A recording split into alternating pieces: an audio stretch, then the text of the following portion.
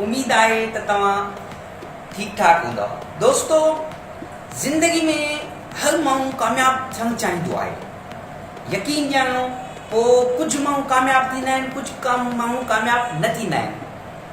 तंहिं करे इन कामयाब नाकाम दुश्मन सोच रखंदड़ माण्हुनि जे लाइ स्टीफन हॉकिंग जो हिकु बहितरीनु किताबु आहे, जंहिं पंहिंजे 7 हैबिट्स ऑफ इफेक्टिव पीपल में हिकु आख़िरी चैप्टर लिखियो आहे, जंहिं चैप्टर जो नालो आहे विन विन।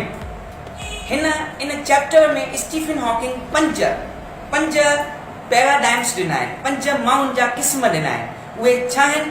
हाणे पहिरीं अप्रोच थो ॿुधाए विन लूज़, ॿी अप्रोच थो ॿुधाए लूज़ विन, टीं अप्रोच थो ॿुधाए विन, चौथी अप्रोच थो ॿुधाए लूज़ लूज़, पंजी अप्रोच थो ॿुधाए विन विन। हाणे असां इन्हनि शयुनि खे तरतीबवार सम्झंदासीं त इहे आहिनि छा। विन लूज़ मिसाल तौरु ये हिकु अहिड़ी आहे जेके फॉर एग्ज़ाम्पल असां हिकु मुक़ाबले में आहियूं त असां छा चवंदा आहियूं, असां विन कयूं, ॿिए खे हारायूं। यानी असांजी जेकी सोच हूंदी, इहा सोच हूंदी त जेको अॻियो असांजो मुक़ाबले वारो माण्हू आहे, असां इन खे हारायूं, पंहिंजी विनिंग ते घटि हूंदी। विन लूज़ जेकी अप्रोच सिर्फ़ु ऐं सिर्फ़ु कॉम्पिटिशन साल पैदा कंदी आहे, तरक़ी न पैदा कंदी आहे। ॿी अप्रोच आहे लूज़ विन।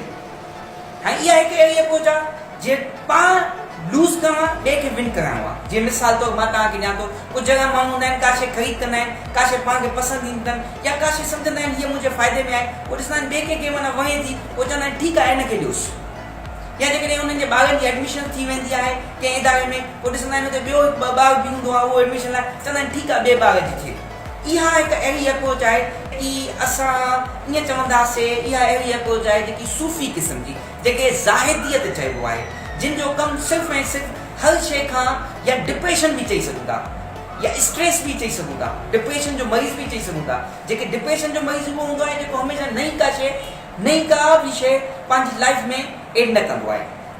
टीं अप्रोच विन, छा बि थी पए मूंखे खटिणो, दुनिया जी परवाह न आहे करणी। इहा हिकु ख़ुदगर्ज़ माण्हू जी निशानी आहे, मूंखे विन करिणो आहे। इहा सोच न आहे त ॿिए जी छा सोच आहे, ॿियो इंसान छा थो चाहे। यकीन ॼाणो, इहा सोच बि ख़ुदगर्ज़ी वारी सोच आहे, जेकी बहितर सोच न आहे। ऐं टीं अप्रोच आहे लूज़ लूज़, माना मां बि हारायां, ॿियो बि हारायां। मिसाल मां तव्हांखे हिकु ॾाढो बहितरीनु एग्ज़ाम्पल ॾींदुमि। हाणे असां छा कयोसीं, असां 2 दोस्तनि पाण में को प्लॉट ख़रीदियोसीं। हाणे प्लॉट ख़रीदियोसीं, हाणे असां 2 दोस्तनि जे विच में हल्की फुल्की का दुश्मनी थी वई, या हल्की फुल्की असांजी रंजिश थी वई। हाणे मुंहिंजो जेको ॿियो दोस्त आहे, उहो थो चए असां इहा शइ खपाईंदासीं। हाणे मूंखे ख़बर आहे त इहा शइ असांखे नुक़सानु ॾींदी, ऐं इहा असांखे घटि में घटि सुठो नुक़सानु ॾेई थी सघे, पर हू थो चए भली नुक़सानु थिए न थिए, मूंखे को बि परवाह न आहे। माने हू पाण बि नुक़सानु थो खाए, मूंखे बि ॾिए थो। इहा अप्रोच जेकी आहे उन इंसान जी आहे जेको नाकाम करींदो आहे, जेकी जी सोच ई दुश्मनी वारी हूंदी आहे। आख़िरी विन विन जेको हिन चैप्टर जो नालो आहे।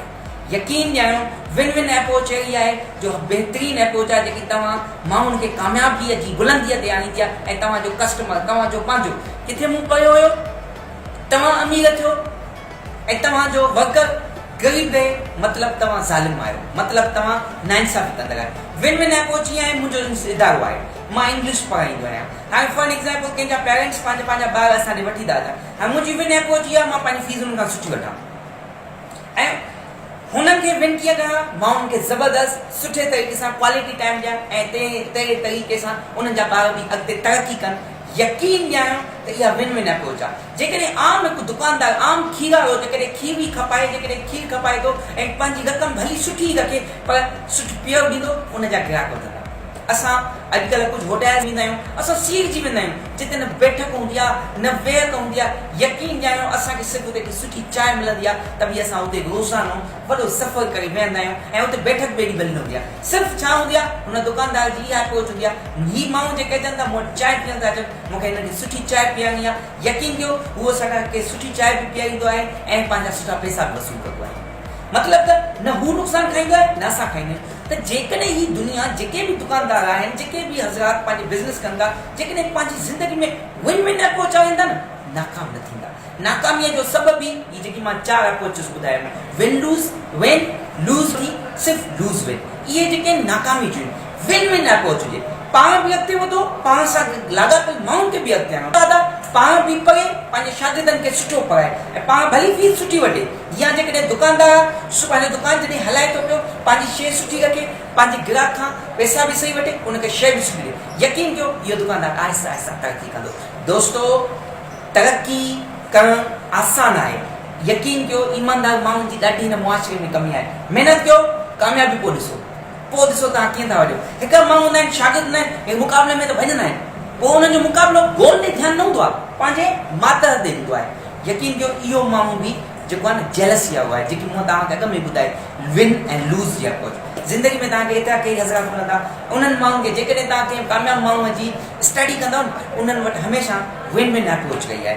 तव्हांखे आईफोन जॾहिं स्टीव जेको आईफोन जो बानी आहे, मूंखे नालो ज़हन ते नथो अचे, उन वटि जॾहिं मोबाइल आईफोन रखी वई त हुन छा कयो, घणनि ई महीननि खां पोइ हुन छा कयो, हुन मोबाइल खे पाणी उछलियो।